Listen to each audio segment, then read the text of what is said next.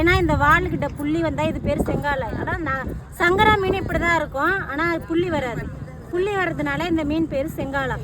ஆனால் நல்லா டேஸ்ட்டாக இருக்கும். ஒரே முள் தான், குழந்தைங்களுக்கெல்லாம் கொடுக்கலாம், நீங்கள் பயப்பட தேவையில்லை.